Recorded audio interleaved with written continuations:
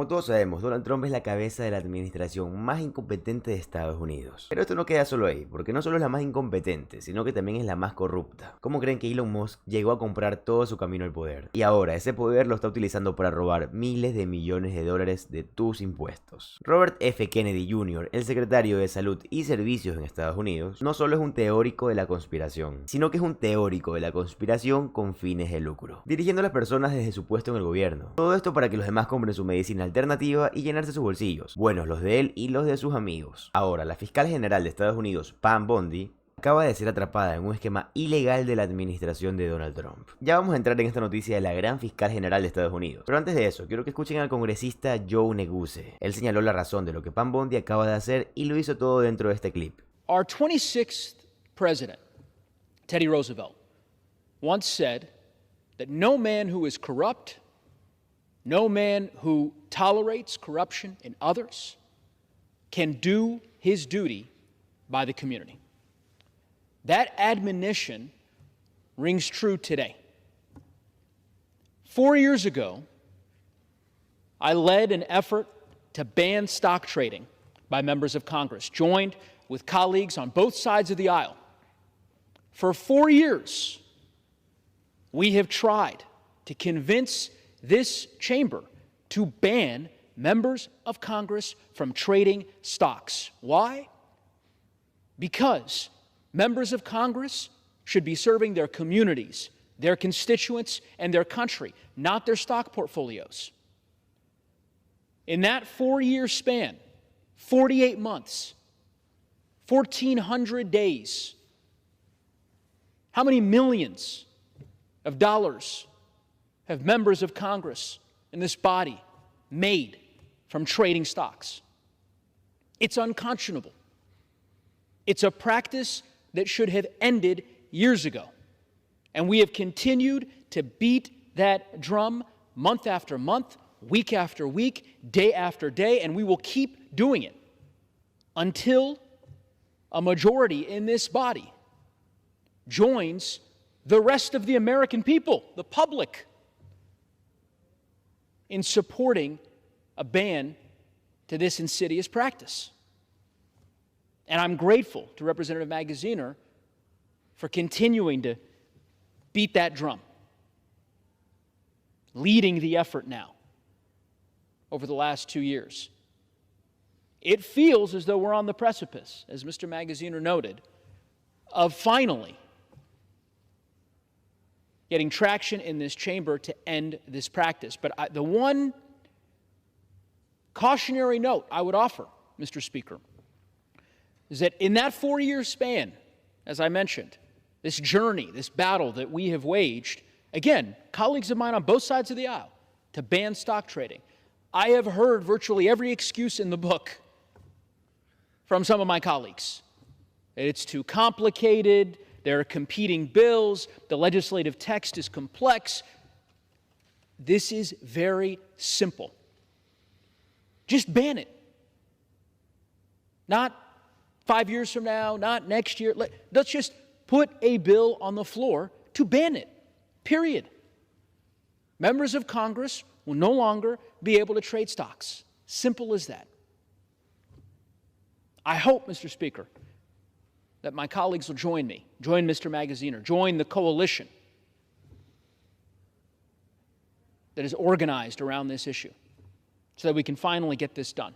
El uso ilegal de información privilegiada es el pan de cada día del Congreso. Y claro que este es un problema en lo que están involucrados casi todos los republicanos del Congreso. Aunque desafortunadamente también hay demócratas que hacen lo mismo. Por ejemplo, uno de los más recientes y de los más trágicos viene de la persona que se supone que debe de hacer cumplir las leyes. Y ahora él mismo las está rompiendo. Todo esto se reveló en estos anuncios, así que míralos bien. Pam Bondi vendió más de $1 millón en acciones de Trump Media. En su día de liberación, la fiscal general Pam Bondi vendió al menos $1 millón en acciones de la empresa de redes sociales de Donald Trump. El mismo día en el que se anunció los aranceles generalizados, Bondi, quien fue elegida por Donald Trump para dirigir el Departamento de Justicia, vendió entre 1 y 5 millones de dólares en acciones de Trump Media en Technology Group, la empresa propietaria de Truth Social. Todo esto el 2 de abril, según documentos obtenidos por ProPublica y CBS News. Ese mismo día, Trump confirmó sus planes largamente anticipados de imponer aranceles a las importaciones globales. Trump, quien calificó la ocasión como el Día de la Liberación, anunció un arancel base del 10% para decenas de países, y aranceles aún más altos dirigidos a naciones específicas, incluidas China. Los demócratas han expresado por separado su indignación por la presunta compra-venta de información privilegiada. Después de que Trump publicara en Truth Social, es un gran momento para comprar. Esto lo hizo solo unas horas antes de anunciar que haría una pausa de 90 días en casi todos los aranceles que había propuesto previamente. Trump está creando enormes fluctuaciones en el mercado con sus aranceles intermitentes. Estas constantes oscilaciones en la política ofrecen oportunidades peligrosas para el uso de información privilegiada. El senador de California, Adam Schiff, publicó en X, quien dentro de la administración sabía del último giro de Donald Trump sobre los aranceles antes de tiempo, quien compró o vendió acciones y se benefició al expensar del público. Bueno amigos, pues la respuesta es clara. Si Pam Bondi lo hizo fue porque se aprovechó de información privilegiada. Todo esto dentro de la administración de Donald Trump. ¿Qué más claro puede ser que esto? Ella estaba recibiendo información del presidente antes de anunciar su plan arancelario, y por eso sabía exactamente qué tenía que vender. Y aunque no lo crean, todavía hay más operaciones bursátiles de Pam Bondi que van a salir a la luz. Y créanme que a mí no me sorprendería que aparte de esta área esté en otras áreas incursionando su corrupción. Si compró en la baja, si vendió acciones antes de que se dieran el problema de los aranceles, porque todos sabemos que las personas dentro de la administración de Donald Trump sabían lo que iba a venir y se aprovecharon de esto. ¿Y a costa de quién creen que se están aprovechando? Así es, de los ciudadanos estadounidenses que no tenían ni idea. Cuando Pam Bondi vende acciones, impacta claramente a las empresas, ya que está bajando aún más los precios. Así que Pam Bondi obviamente está utilizando su puesto para poder favorecerse del mismo. Donald Trump no convirtió solo los planes de 401k a 201k. Estos son los planes de jubilación, que normalmente se llama 401k, pero como lo redujo es 201k. Todo esto lo hizo con la ayuda de su fiscal general, obviamente Pam Bondi. Esto es una locura, y especialmente cuando viene de la corrupción de Pam Bondi diciendo que todo está bien. Y todo esto después de que todos miramos cómo Donald Trump aceptó su gran regalo que recibió de Qatar. Un avioncito de 400 millones de dólares. Avioncito al que Estados Unidos tiene que invertirle millones de dólares para poder convertirlo en un Air Force One. You've heard about the meme coin by now. This is, I think, the logo of the meme coin. The president's most brazen cashing in. A corrupt effort that's already made him and his family billions of dollars between its soaring values and the trading fees.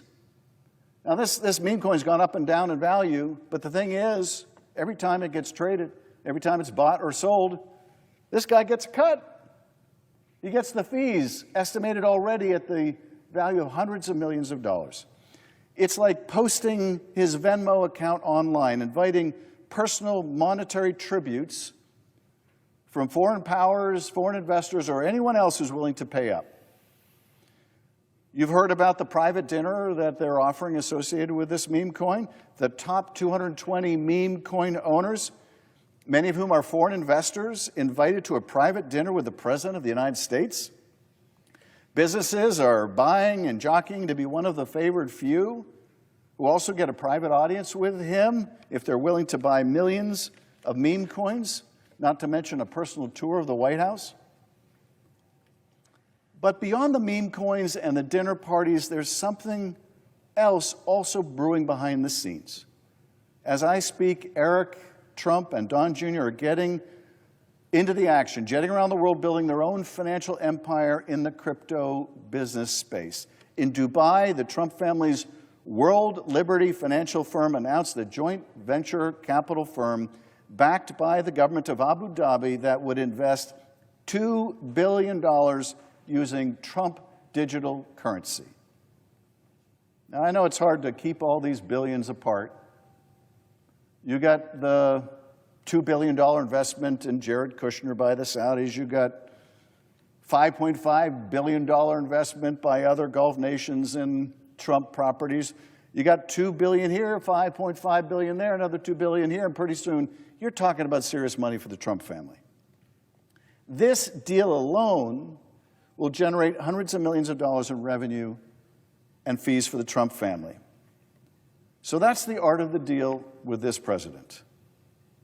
Trump gets rich, you get screwed, over and over and over again. It's obvious to anyone who looks, but it bears repeating. He does not care about you. He does not care about making your life better. He does not care that prices are soaring or that home ownership seems impossible. He doesn't care if you have to choose between rent or groceries, let alone whether you'll be able to take that family on a vacation that you've dreamed of. He doesn't care if the health care you rely on gets cut or your local Social Security office closes down. He doesn't care. If it helps pay for his billionaire tax cuts, it's all the same to him. He does not care. Trump cares about one thing and one thing only. The same thing he cared about when he wrote this book. And the same thing he's focused on every day of this presidency. Deals to make himself richer, to make his family richer, to make his billionaire friends richer. And my colleagues, he is succeeding. He is succeeding beyond his wildest imagination.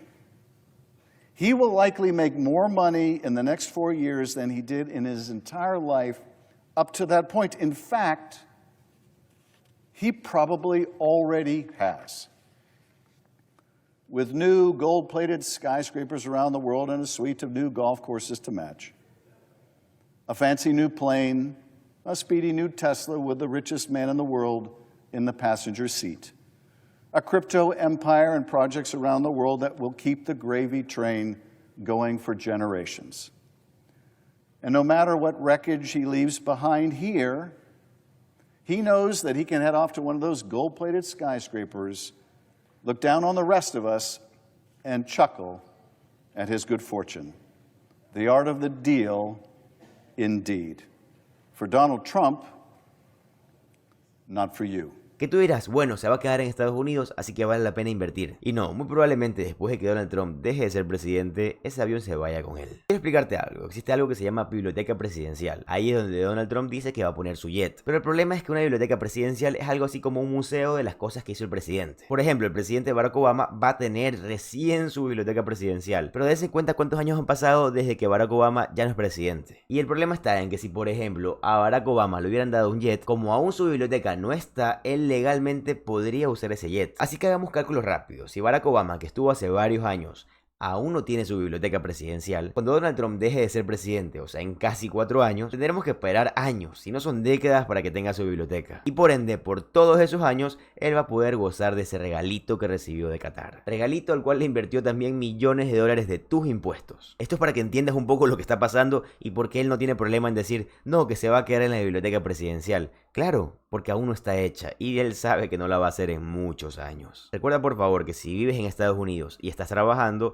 ahorra dinero. Guarda dinero en efectivo y en la cuenta. Porque tú no sabes si el día de mañana sucede la gran recesión en Estados Unidos y puedes perder bastante trabajo. Ya sea que tengas un negocio privado o trabajes para alguien, puedes ser despedido, los precios pueden subir, la escasez también puede provocar desempleo. Y todo esto también puede provocar pánico que le haría que la gente quiera retirar su dinero del banco y el banco se quedaría sin activo suficiente para poder dar el dinero a la gente. Por ende, dejaría de tener dinero al banco. Así que te recomiendo, ten dinero en efectivo, guarda, ahorra, no gastes en cosas innecesarias, no te vayas de viaje, no te compres un carro, no te compres ni siquiera una propiedad. Tú guarda al menos hasta mediados de 2026. A mí lo que más me importa es saber qué opinas al respecto, así que me encantaría que me lo pongas en los comentarios. Si a ti te gusta el contenido de política estadounidense, te encantará suscribirte al canal, ya que subo videos todos los días. Mi nombre es José Alvarado, soy economista y estoy comprometido a informarte diariamente. Nos vemos en el siguiente video. Adiós.